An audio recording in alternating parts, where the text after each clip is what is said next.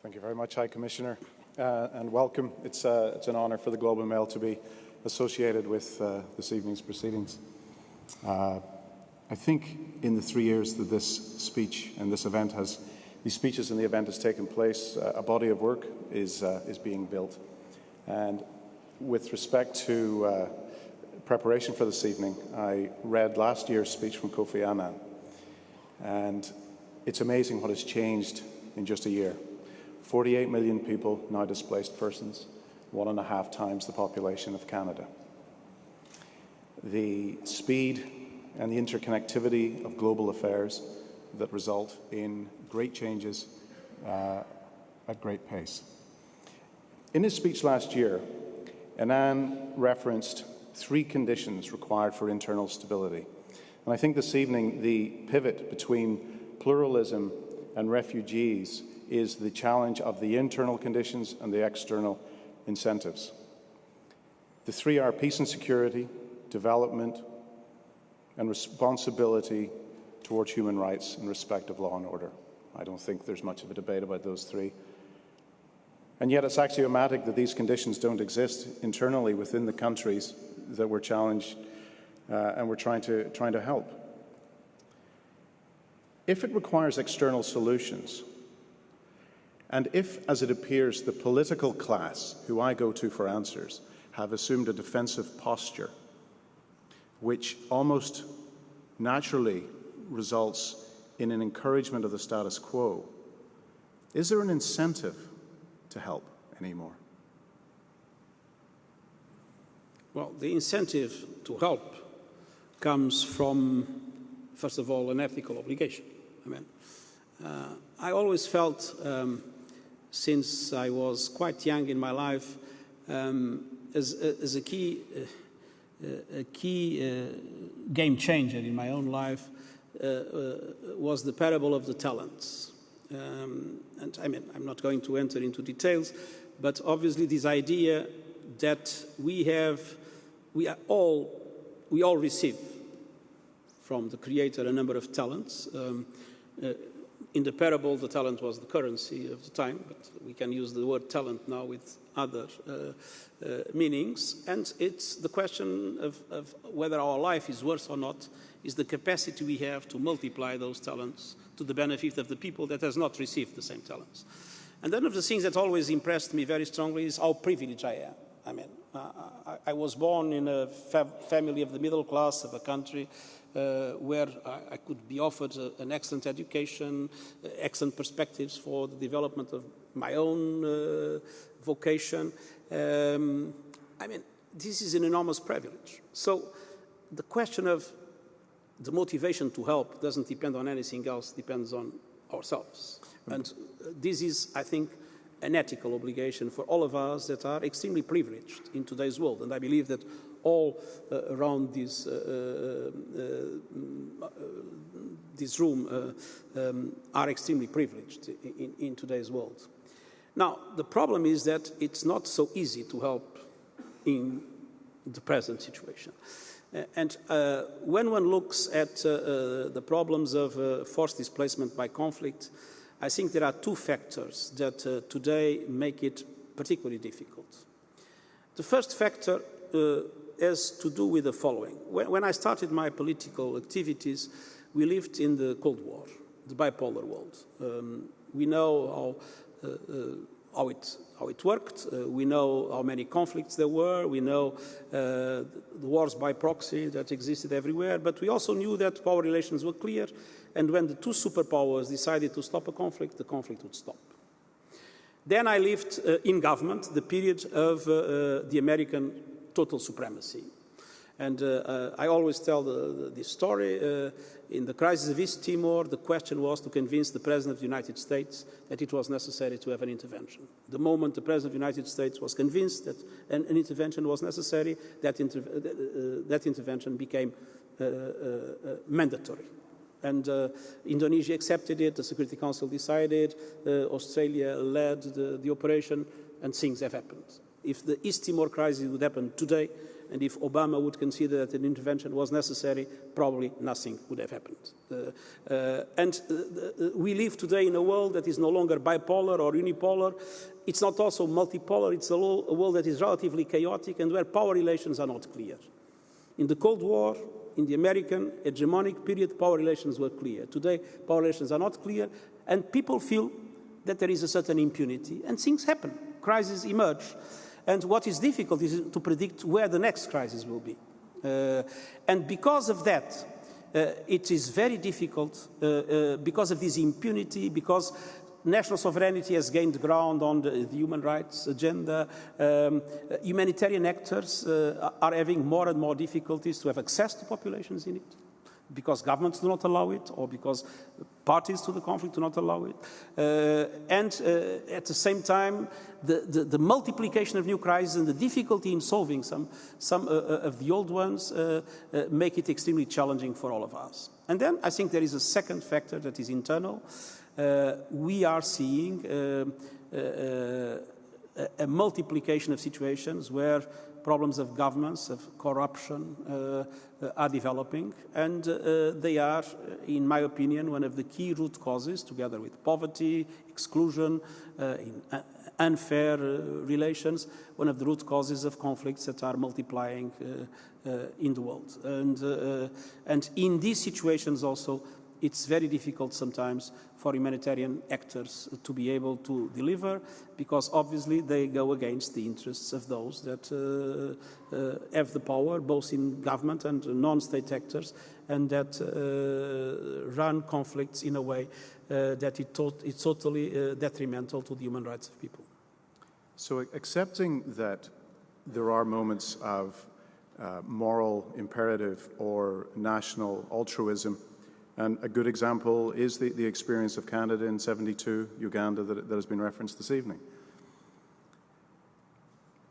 You used the Globe and Mail's page today in the comment to say that the federal government of Canada should accept more Syrians. Why so few and why so slow? Well, I think we need to understand that the conflict in Syria is now, after the Geneva II conference, change its nature. Resettlement is usually not a tool that should be used massively in the beginning of a conflict, even because it can become a pull factor in relation to displacement of people to neighboring countries. Simply, the situation today until now, we have asked countries to have the possibility to resettle Syrian refugees, but essentially as a protection tool for very vulnerable people. And Canada has responded positively with a quote of 1,300 refugees to be resettled in Canada. What has changed now is that it is clear for everybody that there is no light at the end of the tunnel, that this is going to become a protracted refugee situation. And being so, resettlement becomes not only a tool of protection, but a strategic element, namely not only to address the needs of the refugees, but also to show solidarity with the host countries, with the countries, and I mentioned Lebanon, that are now having a dramatic impact in their economies, in their societies, in their security. Security not essentially because of the refugees, but because of the nature of the Syrian conflict and its implications in relation to the neighbors. Look at the Anbar situation in Iraq or at the conflicts in Lebanon. But this is the moment in which these states need to have a clear demonstration of solidarity from the international community. And that solidarity can be financial, can be economic, addressing their structural problems. But I believe that resettlement can also do so. And that is why we have appealed for an enhancement of resettlement programs for the next 2 years. And that appeal is addressed to all countries in the world, also to Canada. And we hope that Canada, that has always been a very generous refugee hosting country and resettlement country, we hope that Canada will respond positively. But we have here in the room someone that has more capacity to talk about it than myself. 1,300 doesn't seem like a particularly large number when one looks... In relation to our initial program, as I said, was a tool for protection and was a limited tool for protection, I think it was a relevant contribution. In relation to what is this new phase in which we are asking for a strategic instrument to help us cope with this challenge, I hope that there will be a more generous offer in the future. But I think it's important to see things in the context. And the context until now has been a context in which we didn't look at resettlement as a strategic instrument. We looked at it as a tool for protection of most vulnerable situations. After Geneva II, I think that we need to look into the Syria crisis with different eyes. And we need to consider that, as we did with Iraqi refugees in the past, this will be a protracted conflict. Refugees will stay in the neighboring countries for a long period, and so the proof of active burden sharing by countries in the developed world will be very important as a proof of solidarity with them, and also very important for the refugees themselves. I have to say, this is really, I mean, I've been in Canada several times, and I've met refugees that have been in Canada, as I did in the US or in Australia or in Sweden, that have been here for 10, 15 years. And I see them with their businesses, with their jobs, with their children in universities. And, I mean, and then I go to Dadaab, and I see Somalis in Dadaab. I mean, in a city of 430,000 in Kenya, in the middle of a semi-desertic area where they cannot work, it's a big difference. So, you can't imagine how happy one is when we see families that were resettled and have now a life that is a normal life and they have opportunities for their children, something that will never happen in a refugee camp in the world. And what I would like, to be honest, would be, we have today probably close to 11 million refugees. What I would like is to resettle all of them, at least those that would not want to go back home. And the truth is that the majority of the refugees prefer to go back home if they have the opportunity to do so. But at least those that would not be able to go back home, I would like to resettle all of them. But I know that this is an impossible dream. You raise an interesting... I have just one more question before we open it to the floor and to those who are listening and watching online. And that is that the Global Centre for Pluralism has a very clever technique of using social entrepreneurship to further its mission. What is the role of business, do you think, when it comes to the refugee question? The domestic challenge in recent months in Canada has centred to a degree around temporary foreign workers. Is there something of permanence that the business community could help to construct a relationship, to your point that the markets work, despite the parenthesis of socialism, that would allow for the business community to, in a way, teach the political community or act as a lightning rod, as a focal point to get out of the short-termism that is the very nature of politicians? Well, there are many things that the business community is doing.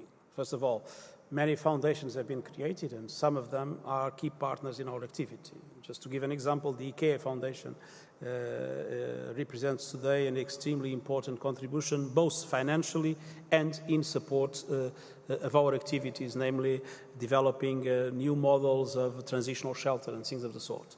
So foundations that are created by the business sector are extremely active in the humanitarian activities in general and in refugee protection in particular. Second, many corporations are very important partners of our activity, providing us with expertise. We use software. We have to register people in the most remote areas of the globe and issue like kind of ID cards. As you can imagine, that requires very specific software, and we do it with Microsoft support. Logistics are essential. We have UPS helping us.